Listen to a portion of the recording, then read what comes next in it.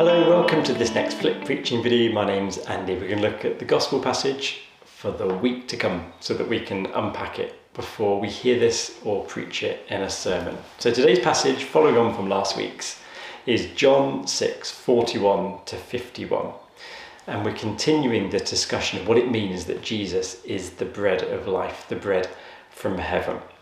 Now it takes a different twist, this passage. We get people beginning to complain or grumble. It's about grumbling and complaining, this one.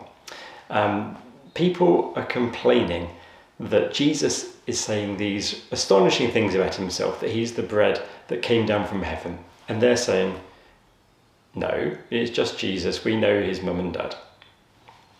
Who does he think he is? They have a small view of what Jesus is like. They haven't quite seen the big picture yet. And they're grumbling. This word complaining is an interesting one. In the Greek version of the Old Testament, which is called the LXX, hearing that word, the original people would have immediately thought back. If they knew their Bible, they would have thought back to Exodus 3:13 onwards, which is a passage all about the people grumbling.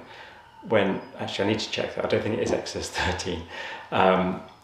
It's the bit where the people, once they've been released from captivity, once they've been set free, once they've been saved, they begin to grumble. When they're in the wilderness, they say it was better in Egypt than it is here now in the freedom of God. They grumbled about the food. And God, in God's mercy, provides for them despite their grumbling. So, just a little bit of the background story here in the Exodus story, which helps to make sense of what Jesus is saying here, is cued into people who are grumbling because they haven't yet seen the big picture. So may we be people who see the big picture. So, a few questions. 1, are you a serial grumbler / complainer? Is that in your nature? We all do from time to time, but is that a particular thing that perhaps you need to be moved on from? The people at the start of this had this small view of who Jesus was.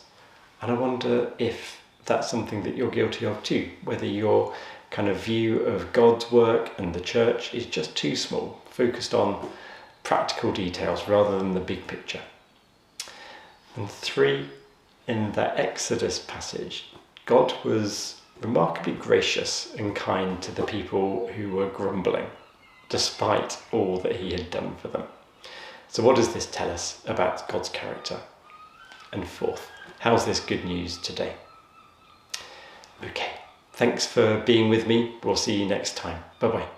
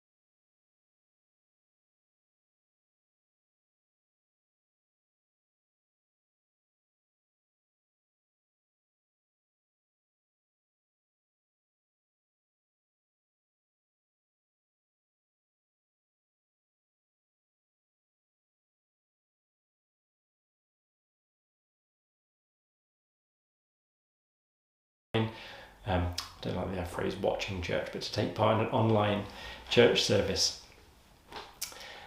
Those are good. But we need to be people who are attentive to the presence of God, nourishing us every moment, always. Okay, so there are just some thoughts. The book of Isaiah 55 again has a very wisdom-like bit about God wanting to provide food and drink. Come buy wine and milk without money and without price. It's not about what we do. This is the grace of God pouring out. That's what God is like. So, a few questions. Firstly, can you think of a time when God has provided what you needed, just what you needed, customized for you out of the blue? I hope you can think of a story like that, because it's beautiful when that happens. Secondly, do you see God like a woman throwing a party, welcoming people like a mother, providing just what they need? Is that what you think God is like? Or does that shift and grow your understanding of God? And thirdly, how do we receive the bread of heaven always, every minute of every day? And fourth, how is this good news today? How is this good news? How does this bless us? How does this bless the world? Okay, so there are a few thoughts and questions on this wonderful passage. I'd love to hear what you think. Okay, see you next time. Bye-bye.